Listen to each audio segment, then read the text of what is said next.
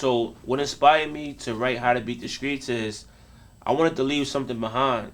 There's so many kids that I taught throughout the years that I seen, you know, not having the best behavior in class, and challenging their parents a lot.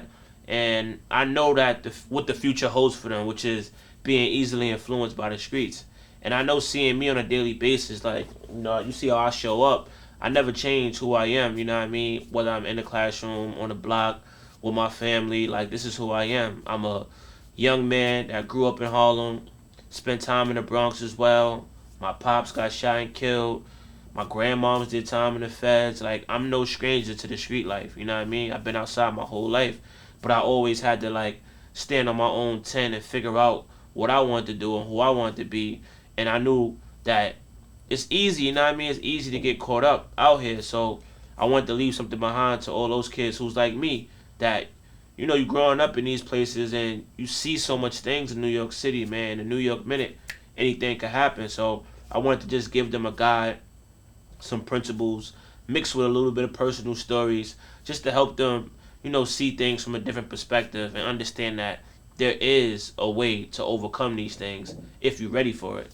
And something I wrote in the book is like, you gotta want to be better than what you're seeing. You know what I mean? And you gotta be willing to learn from others' mistakes and not touch the fire, even though that you feel like you might not get burned, but other people have touched it and burnt themselves already. So the wise learn from mistakes of others. I start the book out with that chapter because of all of the people I seen around me that did prison time, and for all of my mentors that poured into me while they was in prison and had those talks with me that eventually started to register.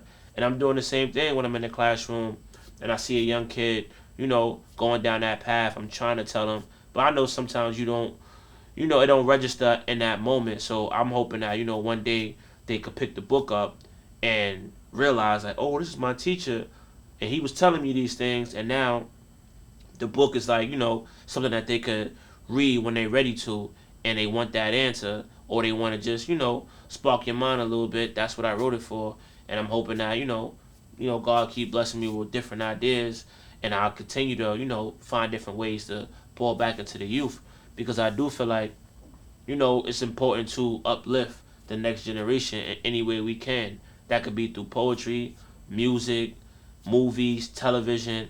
But I think it's time to change the narrative, and like we can still relate to the streets and all that, but how can we do it in a more creative way without glorifying it, but still being able to tell our story?